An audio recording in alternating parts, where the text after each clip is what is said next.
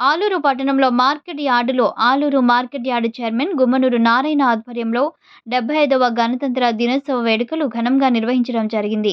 ఈ సందర్భంగా market yard chairman Gummanuru Narayana జాతీయ జెండాను ఆవిష్కరించి అనంతరం గౌరవ వందనం స్వీకరించారు. ఈ కార్యక్రమంలో market yard secretary Sunitha, committee సభ్యులు, వైసీపీ నాయకులు మరియు అభిమానులు పాల్గొన్నారు.